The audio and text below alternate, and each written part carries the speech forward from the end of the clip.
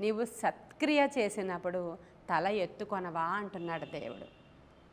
ఈ దినాలలో మనలో చాలామంది కూడా క్రైస్తవులు అనబడడానికి భయపడుతూ ఉంటారు, సిగ్గుపడుతూ ఉంటారు.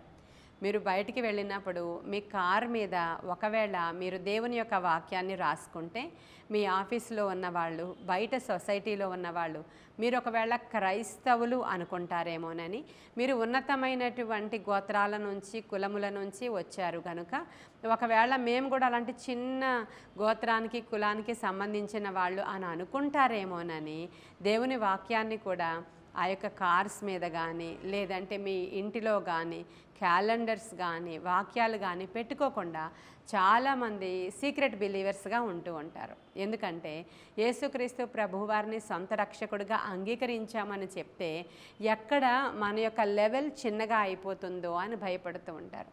యాక్చువల్గా యేసుక్రీస్తు ప్రభువారు పేదవాళ్ళ దేవుడు కానే కాదండి. ఆయన ధనవంతుడు.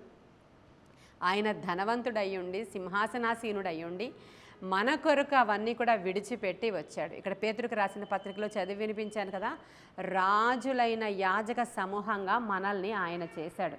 రాజే రాజులను కంటాడు కదా. ఆయన రాజులకు రాజు, ప్రభువులకు ప్రభువు అని రాయబడి ఉంది మన ప్రభువు వారి కొరకు.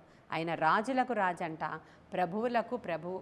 అంటే ఉన్న రాజులందరికీ రాజు అయిన మనల్ని కూడా అంధకార సంబంధమైన రాజ్యములో నుంచి వెలుగు సంబంధులుగా మనల్ని పిలిచాడు. ఎప్పుడో అప్పుడు మనము తల ఎత్తుకొని నడవవలసిన వారమై ఉన్నాము.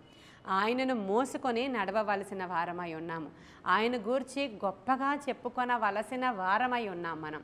అంతే తప్ప మనము తలదించుకొని ఇప్పుడు నడవాల్సిన అవసరత లేదండి. నీవు క్రైస్తవుడువా అని ఎవరైనా అడిగితే అవునండి ఏదో మా భార్య నమ్ముకుంది, ఆ తర్వాత మేము ఇలా వచ్చాం, యాక్చువల్గా మేము కాదు అనే మాటలు చెప్పడం కాదు. అవునండి నేను క్రైస్తవుడిని, యేసుక్రీస్తు ప్రభువారిని సొంత రక్షకుడిగా అంగీకరించిన తరువాత నా సమస్త పాపము, శాపము అన్నీ కూడా కొట్టివేయబడ్డాయి. మా పితరుల దోషాలు మా మించి తీసివేయబడ్డాయి. అంధకార సంబంధమైన రాజ్యములో నుంచి మమ్మల్ని దేవుడు వెలుగు సంబంధులుగా మార్చాడు. అదే నిజమైనటువంటి క్రిస్మస్ అని మీరు చెప్పాలి.